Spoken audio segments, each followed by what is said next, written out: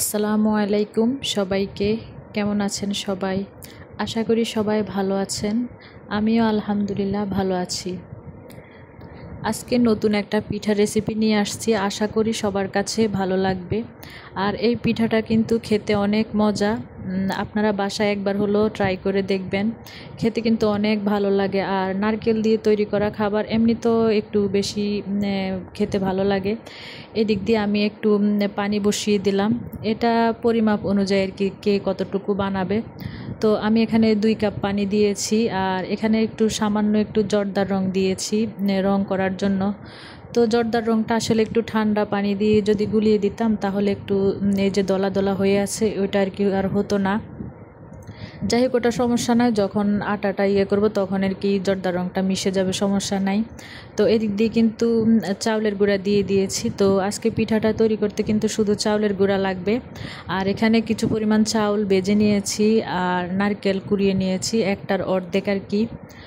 তো পিঠাটার জন্য এদিক দিয়ে আটাটা করে নিয়েছি, আর এদিক দিয়ে আর কি পুরটা রেডি করব, পিঠার ভিতরে যে পুর দিব এটা আর কি। তো এদিক দিয়ে আটাটা কিন্তু আমি মথে তারপরে আর কি একটা বিজানে একটা দিয়ে ডেকে রাখবো, যেহেতু চাউলের আটা কিন্তু কিছুক্ষণ পরে কিন্তু শক্ত হয়ে যায়। আর এদিক দিয়ে কিন্তু চাউল ভাজাটাও আমি আর কি ব্লেন্ডার করে নিয়েছি। তো চাউল ভাজাটা দিলে কি নারকেলের সাথে খেতে আর কি অন্যরকম একটা গ্রান আসে, সেই জন্য আর কি একটু চাউল ভাজাও দিয়ে দিলাম। আর এদিক দিয়ে পুরটা আর কি রেডি করার জন্য এদিক দিয়ে সামান্য একটু তেল দিয়ে দিলাম। তারপর আর কি এখানে যে কুড়িয়ে রাখা নারকেলগুলো এগুলো আর কি দিয়ে দিলাম। যেহেতু আমি আরেকটা পিঠাও তৈরি করব, কাটা পিঠা, তো ওইটা আর কি আজকে শেয়ার করব না। তো সেজন্য আর কি একটু পরিমাণে নারকেল বেশি নিয়েছি। আর এদিক দিয়ে 2 চামচ আর কি চিনি দিয়ে দিলাম। তো চিনিটা হচ্ছে যে যেমন মিষ্টি খায় সেই অনুযায়ী আর কি দিতে হয়। তো আমি বেশি মিষ্টিও দেই নাই আর একেবারে কমও দেই নাই, সেই অনুযায়ী আর কি চিনি দিয়ে দিলাম। তো আগে এখন আর কি পুরটা তৈরি করব, আর সামান্য একটু আর কি লবণ দিয়েছি। দেওয়ার পরে আর কি কিছুক্ষণ আর কি একটু নেড়ে ছেড়ে নিলে দেখা গেছে যে কালারটা আর কি হালকা একটু লাল হয়ে আসবে। তো যখন নারকেলের কালারটা একটু লাল হয়ে আসবে তখন আর কি আবার যে বেজে রাখা চাউল যে ওইটা ব্লেন্ডার অফ ক্যামেরায় আর কি আমি ব্লেন্ডার করে আর কি গুঁড়ো করে নিয়েছি, তো ওইটা আর কি নারকেলের সাথে দিয়ে দিলাম।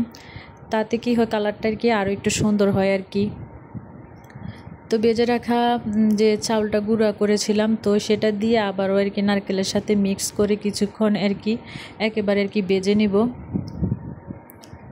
তারপর যে আটাটা করে রেখেছি সেটা আর কি লিচি কেটে নিলাম। তো ওইটার কি মোট আমার 8টা পিঠা হয়েছে।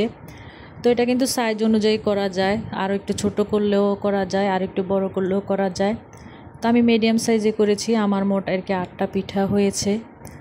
তো আটাটা আর কি লিচি কাটার পরে তারপর এরকম গোল শেপ করে তার ভিতরে আর কি যে নারকেলের পুরটা আর কি তৈরি করেছি সেটা আর কি একটু চেপে চেপে ভিতরে দিয়ে দিলাম। তো ভিতরে একটু বেশি পরিমাণে দিলে আর কি খেতে ভালো লাগে।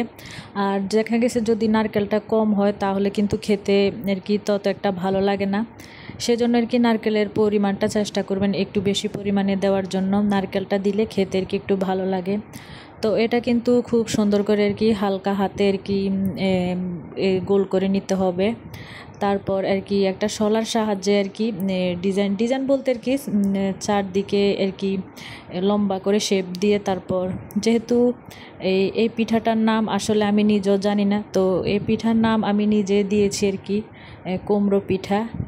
দেখা গেছে যে এই পিঠাটা দেখতে কিন্তু ফলের মতো দেখা যায়, কিন্তু এটা পিঠা যেহেতু এটার শেপটা হচ্ছে কুমড়োর মতো, তো সেই জন্য আমি এটার নাম দিয়েছি আর কি কুমড়ো পিঠা।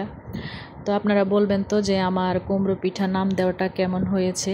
তো দেখতে কিন্তু বাস্তবে কিন্তু দেখতে অনেক বেশি সুন্দর দেখা যায়, মোবাইলে আমার কাছে তত একটা ভালো লাগে না, বাস্তবে একেবারে মনে হয় যে তরতাজা একটা ফল এমন দেখা গেছে। তো আমি কিন্তু এদিক দিয়ে শলার একটা কাঠি দিয়ে কিন্তু চারদিক দিয়ে আর কি চেপে চেপে একটা ডিজাইন করে নিয়েছি।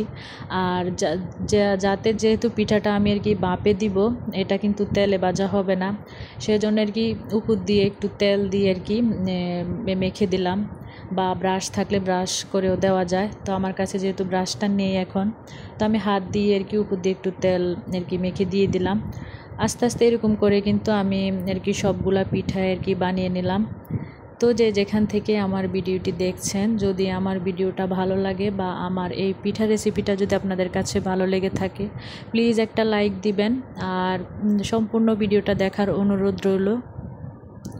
আর আমার চ্যানেলে যদি আজকে কেউ নতুন হয়ে থাকেন, প্লিজ সাবস্ক্রাইব করে আমার পাশেই থেকে যাবেন।